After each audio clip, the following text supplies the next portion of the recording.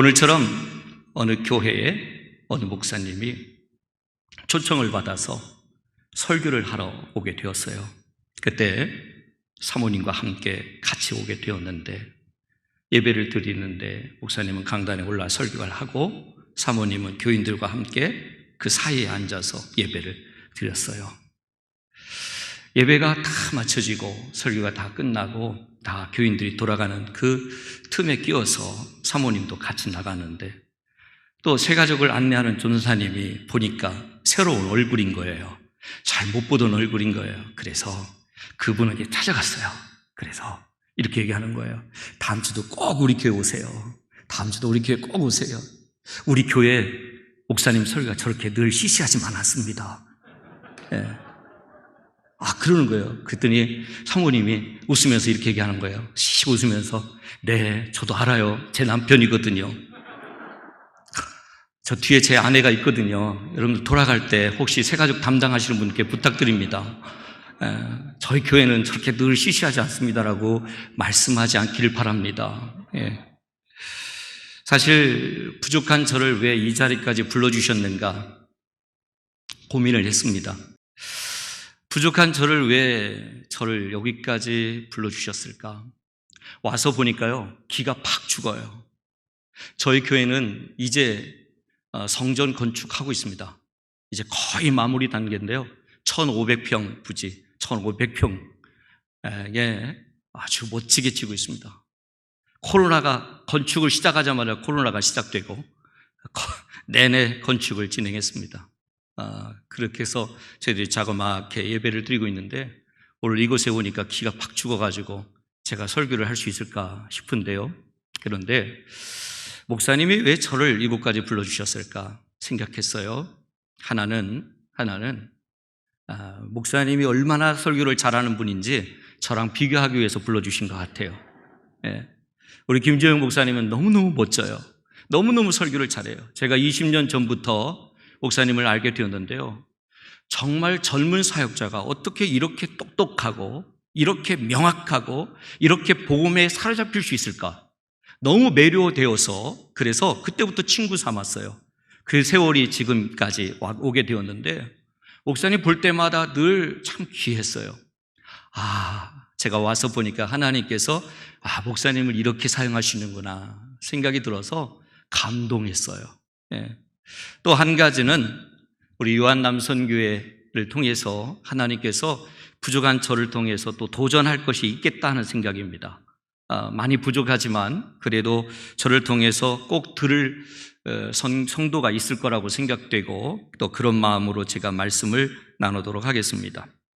우리 옆에 분과 한번 인사 한번 하죠. 그래도 은혜가 될 줄 믿습니다. 졸지 말고 은혜 받읍시다. 한 번 더 따라해 볼까요? 당신을 보니 잠이 확 깹니다. 한 번 더 할까요? 당신이 그렇게 생겼어도 축복합니다. 어떻게 생겼는데요? 잘생겼습니까? 예쁩니까? 제가 문구를 하나 만들어 놓은 게 있는데요. 한번 좀 따라해 봤으면 좋겠는데, 영상이 뜨나요? 축복 중에 축복은 내가 예수 믿은 것이 축복이요, 행복 중에 행복은 내가 드린 기도가 응답받는 것이 행복이요, 은혜 중에 은혜는 말씀 들을 때 아멘으로 믿어지는 것이 은혜이다. 동의하십니까? 아멘입니다. 여러분들 이미 축복받은 분이고 이미 여러분 은혜 받은 분입니다. 하나님의 은혜가 여러분들의 삶 가운데 가득하기를 축복합니다. 얼마 전에 저희 교직원들이 코로나 시기에 건축도 진행하고 많이 지쳐 있어서 우리 나들이 가자, 그래서 저희 교역자들과 직원들 함께 다 해서 함께 대동을 해서 나들이를 갔습니다. 그리고 나서 우리 교역자 한 사람이 안내해 주는 이 꽃차 집에, 카페에 가게 되었습니다. 가서 보니까 너무너무 예쁜 거예요. 그 예쁜 꽃들을 보니까 마음에 감동이 돼서 제가 사진을 담아왔는데 잠깐 보실까요? 쭉 한번 넘겨주실래요? 제가 찍은 것들이에요. 다 괜찮죠? 사진 잘 찍죠? 예, 제가 다 찍은 것들인데요. 꽃길이요. 꽃차. 향이, 색깔이 다 다르죠? 예. 여기까지 한번 보죠. 그러면서 제가 물끄러미 봤어요. 저 꽃들을 보고, 저 꽃차를 이렇게 쭉 물끄러미 보면서 제 마음 가운데 딱 드는 생각들이 몇 가지가 있었어요. 그래서 그 몇 가지를 좀 정리해 봤는데요. 첫째, 꽃은 장소를 가리지 않고 어디에서나 핀다라는 거예요. 꽃은 장소를 가리지 않아요. 어디에서나 펴요. 들판이든 길가든 바위이든 비집고라도 꽃이 피어요. 더구나 냄새가 나고 썩는 음식물 사이에서도 꽃은 피어요. 뿐만 아니라 정말 쓰레기들이 널브러져 있는 곳에도 꽃이 피더라고요. 그것을 보면서 제가 이런 생각을 했어요. 아, 꽃은 꽃밭에만 피우지 않는구나. 변화무쌍하고 또 불확실한 곳에서도 꽃은 피우는구나. 아, 그것이 사명이구나. 사명은 환경 핑계댈 필요 없습니다. 내 처지 핑계댈 필요 없습니다. 사명은 어디서나 꽃을 피우는 것이 사명입니다. 또 두 번째 생각된 게 뭐냐면 꽃은 약하지만 강렬하다는 거예요. 바람이 불어치면 꽃잎들이 확 휘날립니다. 그런데 그 꽃잎들이 휘날리면서 바닥에 널브러져 있어도 그것조차도 아름답더라고요. 꽃잎이 널브러져서 그렇게 힘없이 맥없이 바람에 샥 휘날려서 길바닥에 탁 깔아져 있어도 그 꽃들이 너무너무 예뻤어요. 너무너무 예뻤어요. 아, 제가 그것을 보면서 깨닫게 된 건 뭐냐면, 아, 이렇게 연약한 꽃잎마저도 끝까지 자기 역할에 충실한데 저 자신을 보니까 너무 부끄러운 거예요. 너무 부끄러워요. 저 꽃잎들도 널브러져서 바닥에 깔려 있어도 그 아름다움을 끝까지 뽐내고 있는데, 아, 저는 그렇지 못하고 있구나. 이 핑계 저 핑계 대면서 그러면서 주의 일에 충성하지 못하는 연약함을 발견하게 되었어요. 또 한 가지, 꽃은 핀 곳에서 이 은은한 향기를 바란다는 거예요. 향기를 바래요. 꽃향기가 머무는 곳에는 모두를 기분 좋게 만들어요. 모두를 행복하게 만들어요. 그러면서 생각했죠. 내가 서 있는 그곳에서 꽃향기를 바라고 있는가? 혹 더럽고 추한 냄새가 나고 있지는 않은가? 내 주변의 사람들은 나 때문에 혹 코를 막고 있지는 않은가? 이런 생각들을 갖게 되었어요. 또 한 가지, 꽃은 각각의 색깔과 효능을 갖고 있다는 거예요. 제가 꽃차 집에 가서 그 사장님께 설명을 들으니까 너무너무 놀라웠어요. 꽃잎에는 우선은 색깔이 다양해요. 아까 제가 보았죠? 꽃차, 어떤 꽃잎이 들어가느냐에 따라서 그 꽃차의 이 색깔이 달라지고 뿐만 아니라 거기에서 효능이 다양하게 있어요. 사장님이 물어요. 목사님은 어디가 불편하세요? 제가 좀 두통이 있는 것 같아요. 두통에 좋은 꽃잎이 있어요. 어떤 또 친구는 제가 좀 너무 피곤해요. 피곤을 쫙 식히는 꽃잎이 있어요. 그러면서 그 꽃잎차에 담아서 그렇게 해서 차를 주는 거예요. 그것을 보면서 제가 깨닫게 되는 거예요. 참 다양하다. 다양하게 섬기는구나. 제가 함부로 평가하고 판단할 일이 아니겠구나. 내 뜻대로, 내가 원하는 대로, 내 방향대로 가지 않는다고 해서 다 틀린 거냐? 그렇지 않아요. 하나님은 다양하게 역사하시고 다양하게 하나님의 능력들을 발휘하시더라고요. 우리 귀한 산돌교회 성도 여러분, 하나님의 은혜가 여러분들 각자를 통해서 더 위대하게, 더 존귀하게 일어나게 될 줄로 믿습니다. 또요, 한 가지요. 저는 이걸 또 묵상하면서 깊이 생각했어요. 꽃은요, 심지어 자기를 꺾는 사람에게도, 자기를 꺾어버리는 사람에게도 향기를 발해줘요. 와, 속도 없지요. 속도 없어요. 사람은 보기만 해도 예쁜 꽃들이 있는데도 사람은 참 자기 욕심에 빠져서 그 꽃을 꺾어서 가져가는데도 불구하고 그 꺾는 그 사람에게도 향기를 발해주더라고요. 사명은 바로 이거예요. 주의 일 감당하다 보면 때로는 무시당할 때도 있고, 때로는 짓밟히기도 해요. 때로는 무시당해서 정말 기분이 나쁘기도 해요. 그런데 하나님의 사명을 가진 자는 감당하셔야 돼요. 넉넉히 감당하셔야 돼요. 기분 나빠 못하겠다. 교회 일, 기분 나빠 못하겠다. 내 감정상해서 못하겠다. 그러는 거 아니에요. 사명은 마음을 다해 충성하는 거란 말이죠. 미국의 부흥사였던 무디 목사님이 이런 말씀을 하셨습니다. 그대 자신을 믿어보라. 그대는 실망할 때가 있을 것이다. 친구를 믿어보라. 오늘날 그들은 죽거나 그렇지 않으면 그대와 헤어지게 될 것이다. 그대의 명성을 믿어보라. 어느 때 해방하는 혀가 그것을 뒤집어 엎을 것이다. 그러나 그리스도를 믿어보라. 그대는 현세와 내세에 후회함이 없을 것이다. 아멘입니다. 아멘. 오늘날 코로나 팬데믹 시대에 예수님을 믿고 살아간다는 것은 도대체 어떤 의미인가 고민하게 됩니다. 복잡한 세상에서 꼭 예수를 믿어야 되는가? 예수를 믿어도 그다지 그렇게 내 삶의 자리에서 영향이 없는 것 같은데, 뭐 특별한 어떤 은혜들을 누리지 못하는 것 같은데, 굳이 이 팬데믹 시대에 적절한 핑계거리도 있지요. 교회 안 나와도 교회 목사님 뭐라고 못해요.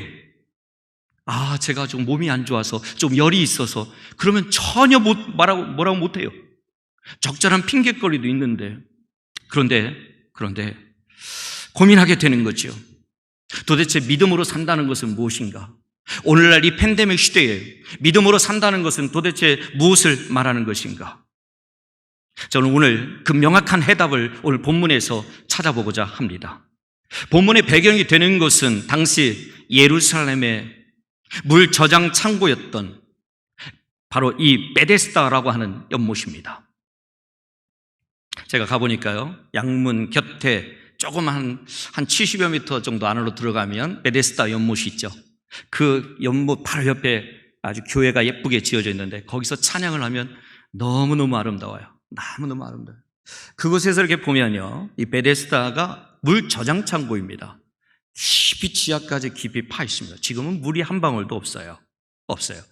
그때 당시에는 간헐천이라고 하는 이런 어떤 이 특징들이 있었죠. 그래서 간간히 물이 요동을 치고 간간히 이렇게 온천수가 같은 것이 쏟아져 나와서, 그래서 병든 자들이 그 물 속에 들어가면 낫는다 하는 어떤 속설들이 있었던 것 같아요.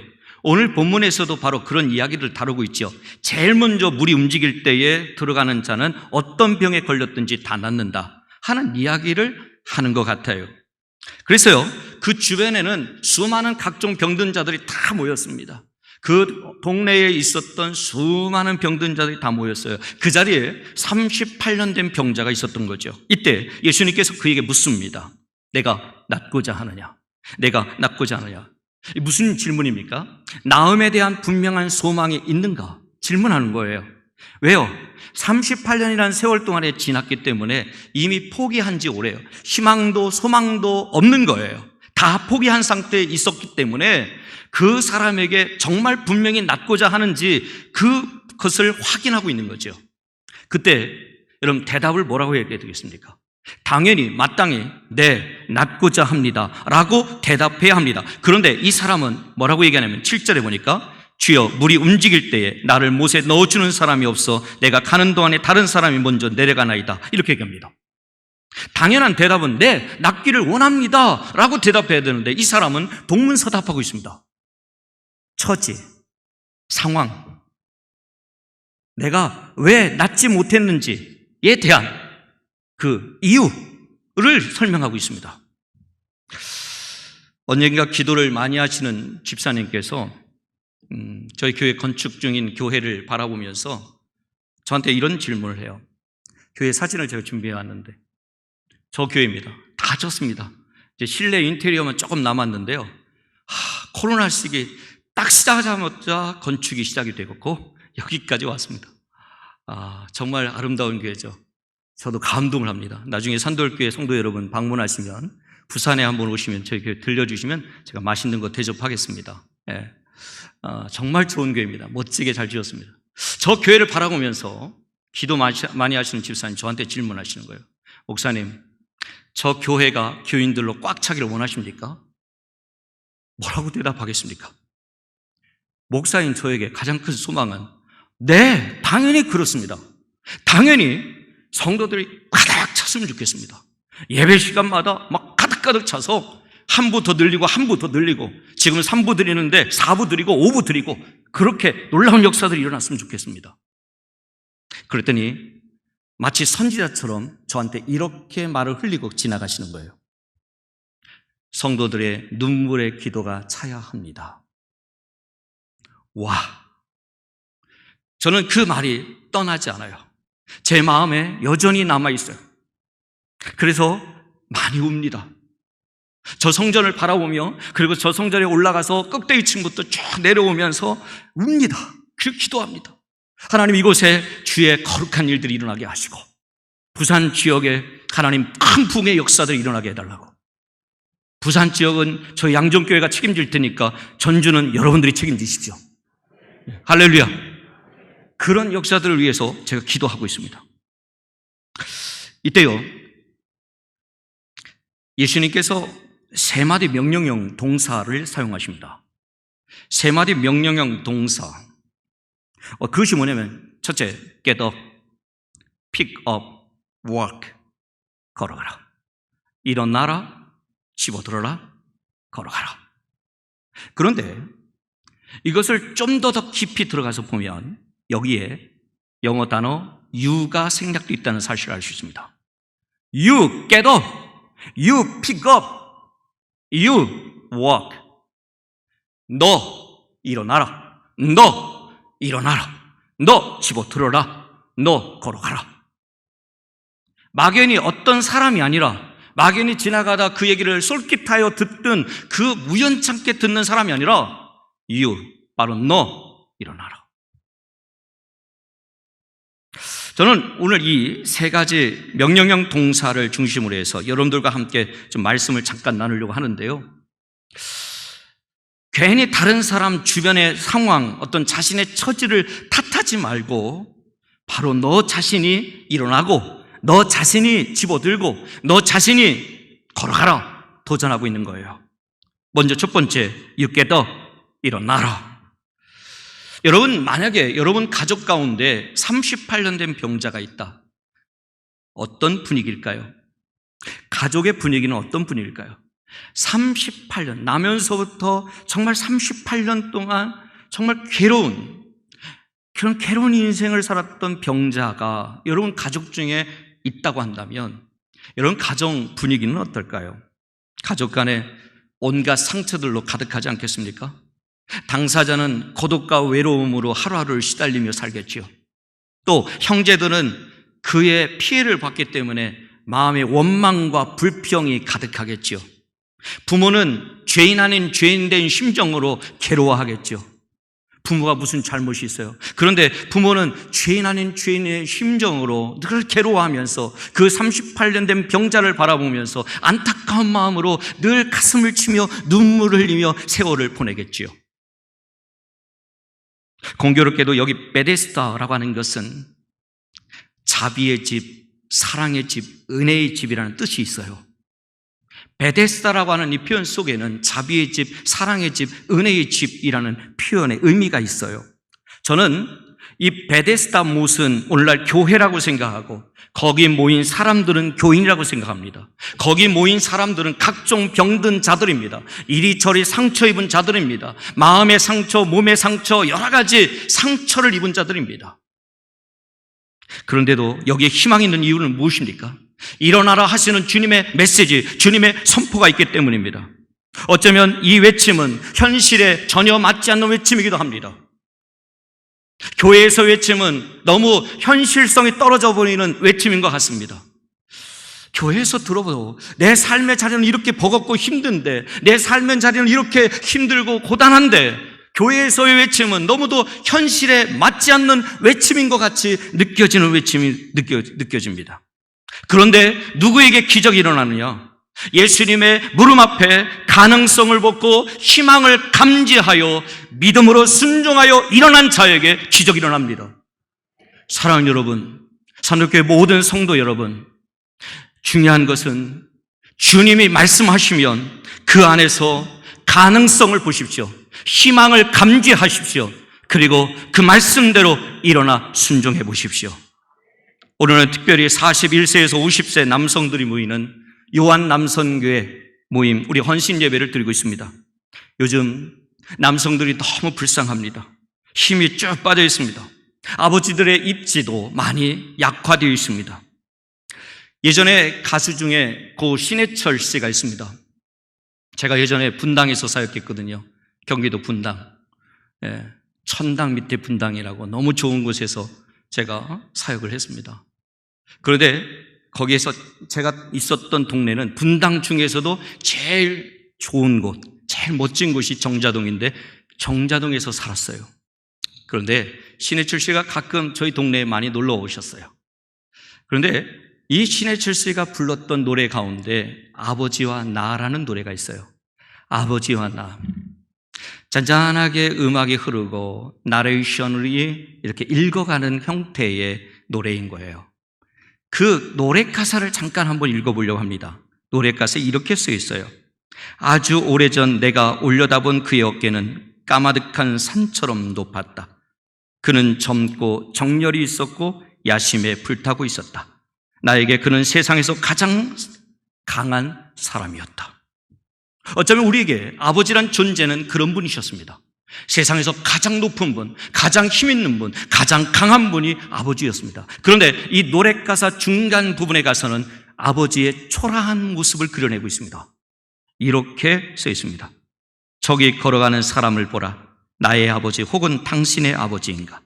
가족에게 소외받고 돈 벌어 오는 자의 비애와 거대한 짐승의 시체처럼 껍질만 남은 권위의 이름을 짊어지고 비틀거린다. 집안 어느 곳에서도 지금 그가 앉아 쉴 자리는 없다. 이제 더 이상 그를 두려워하지 않는 아내와 다 커버린 자식들 앞에서 무너져가는 모습을 보이지 않기 위한 남은 방법이란 침묵뿐이다. 가사 한마디 한마디가 오늘날 현실을 살아가는 아버지들의 모습을 그려내고 있어서 울컥한 마음으로 듣게 됩니다. 여러분, 남편과 아버지들의 길을 살려주시기를 오늘 이 시간에 부탁을 드립니다. 특히 요한 남성교회에 속해 있는 아내들이요, 정말 남편들의 길을 팍팍 살려주십시오. 정말 힘을 다해서 섬겨주십시오. 남편들을 향해서 외치십시오. You get up! 일어나라. 주저앉아 있지 말고, 낙심해 있지 말고, 절망하지 말고 일어나라. 참고로 하나님께서 아버지에게 주시는 영적인 권세가 4가지가 있습니다. 4가지가 있어요. 하나님께서 아버지들, 남편에게 주시는 영적 권세가 4가지가 있는데, 첫 번째는 자녀들을 축복할 수 있는 축복권입니다.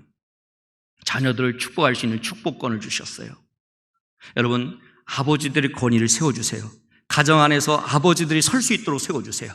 그래서 아버지들이 정말 자녀들을 위해서 마음껏 축복할 수 있도록 영적 분위기를 만들어 주십시오. 뿐만 아니라 두 번째는 말씀의 고난입니다. 말씀의 고난.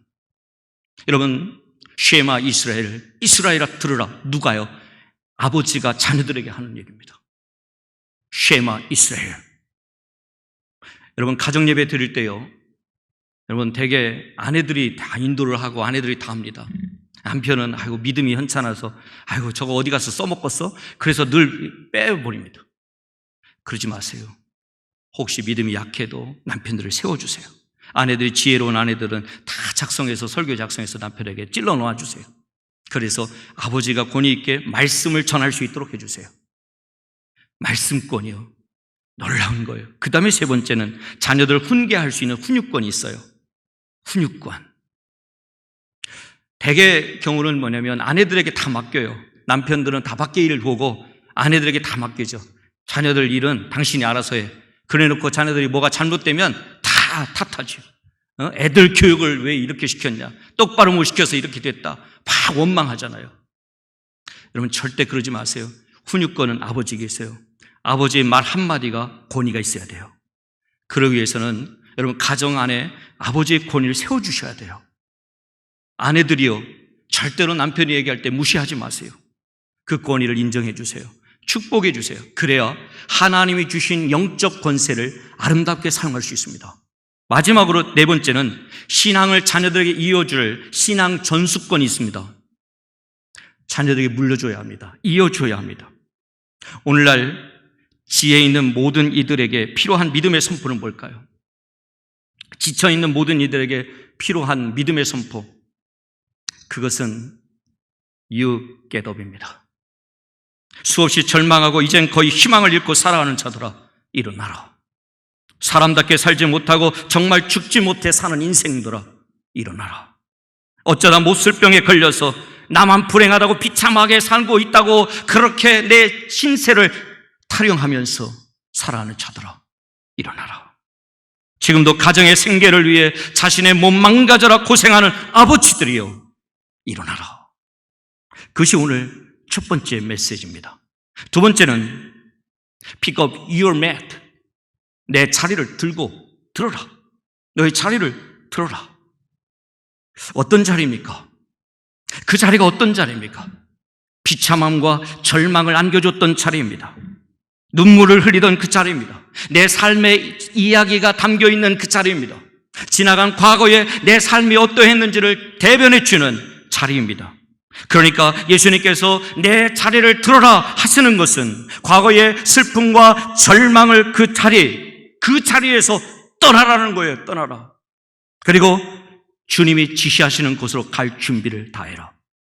그것이 사명입니다. 누가요? Become your mat. 그 자리에 있었던 그 사람. 어쩌면 여러분들의 삶의 자리가 그런 자리인지 모르겠습니다. 비참함과 절망을 느끼게 했던 그 자리 아닙니까?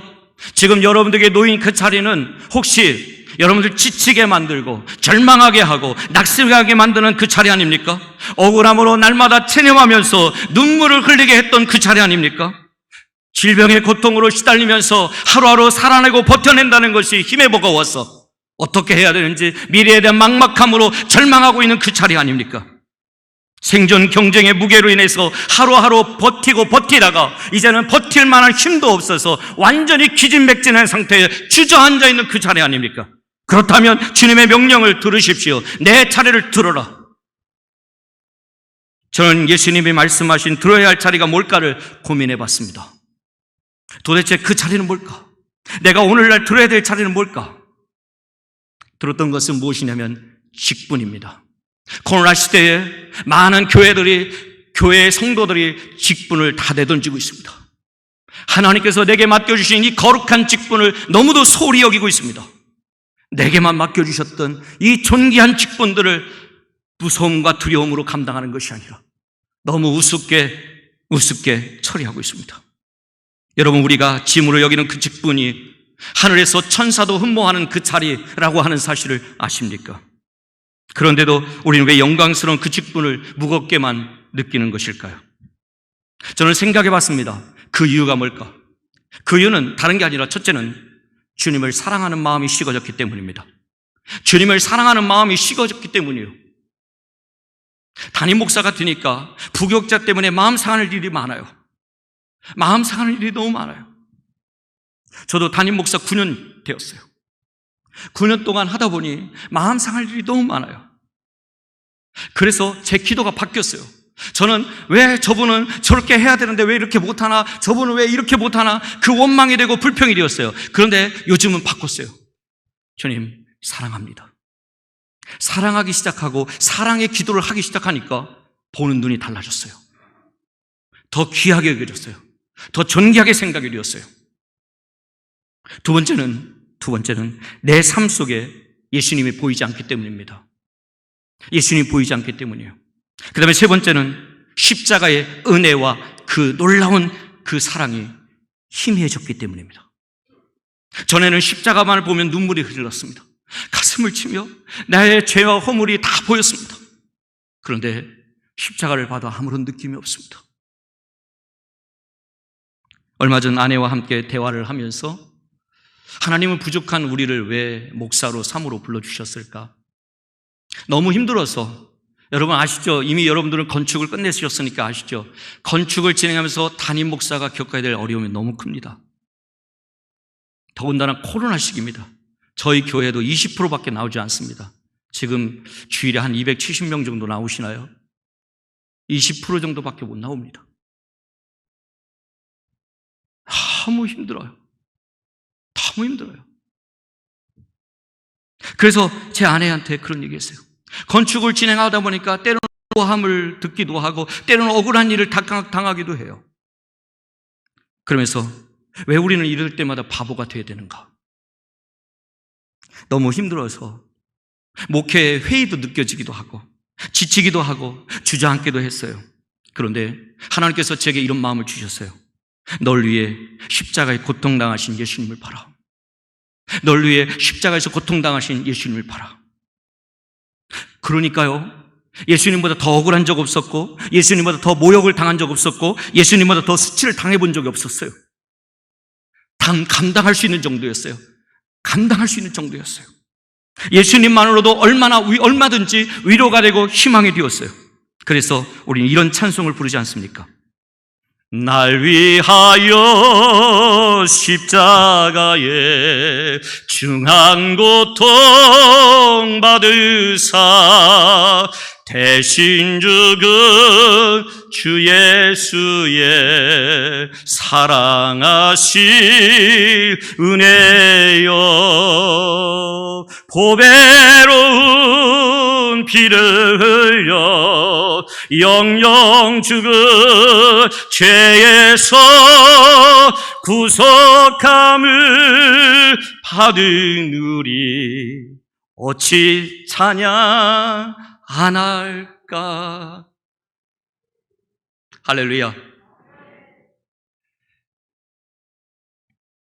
예수님이라는 이름만 들어도 가슴이 설레이고 십자가만 보더라도 눈물이 핑 돌며 이런 다짐을 합니다. 내가 이 교회를 위해서 얼마든지 땀 흘릴 수 있고 울 수 있고 희생할 수 있고 피를 묻힐 수 있는 것은 그것은 나의 최고의 영광이기 때문입니다. 귀하신 41세에서 50세 요한 남선교회 회원 여러분, 젊습니다. 산돌교회에서 큰 일을 감당하실 것입니다. 큰 부흥을 여러분들을 통해서 시작되게 될 줄 믿습니다. 내 차례를 들고 일어나라. Pick up your mat. 드러내십시오. 여러분께 부탁을 드립니다. 혹시 직분 내던진 거 있다면 다시 집어드십시오. 코로나 시기에 우리는 다 내려놓았습니다. 적당한 핑계거리도 생겼습니다. 그러나 내 차례를 들어라 하시는 주님의 말씀에 순종하시길 바랍니다.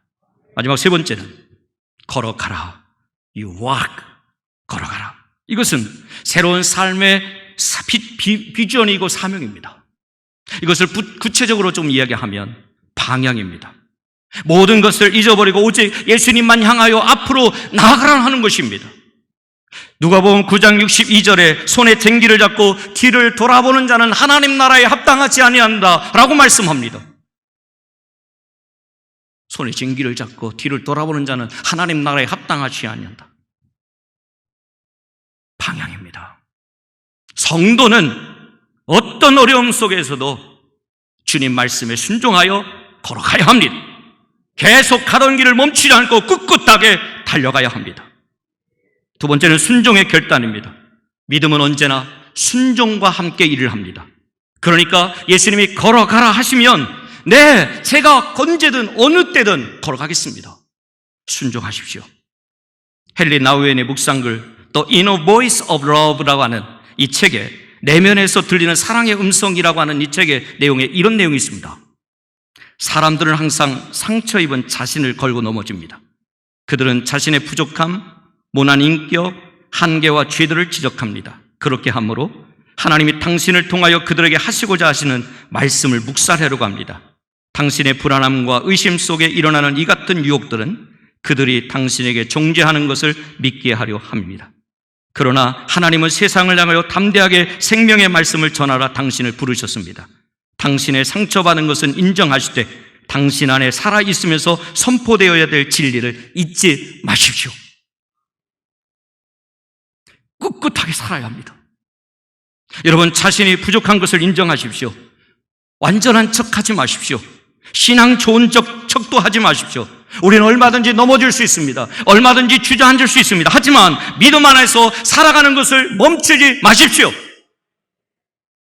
끝까지 도전하십시오.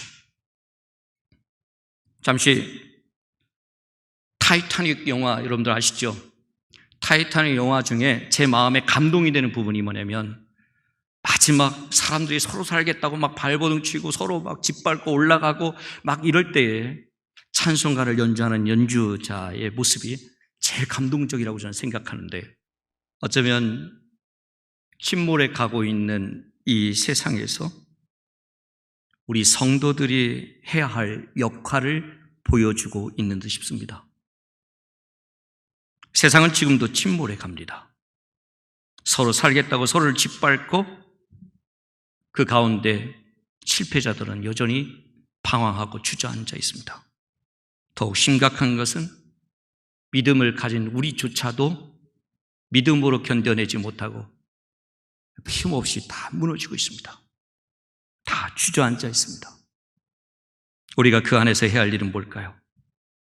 구명보트를 먼저 타겠다고 싸우는 게 아니라 그 소망 없고 희망 없고 향방 없이 자기 살겠다고 우왕좌왕 뛰어다니며 울부짖고 서로 살겠다고 서로를 짓밟는 세상 속에서 위로의 하나님의 메시지를 연주할 수 있는 연주자로 살아내는 것, 그것이 오늘 성도들의 역할입니다.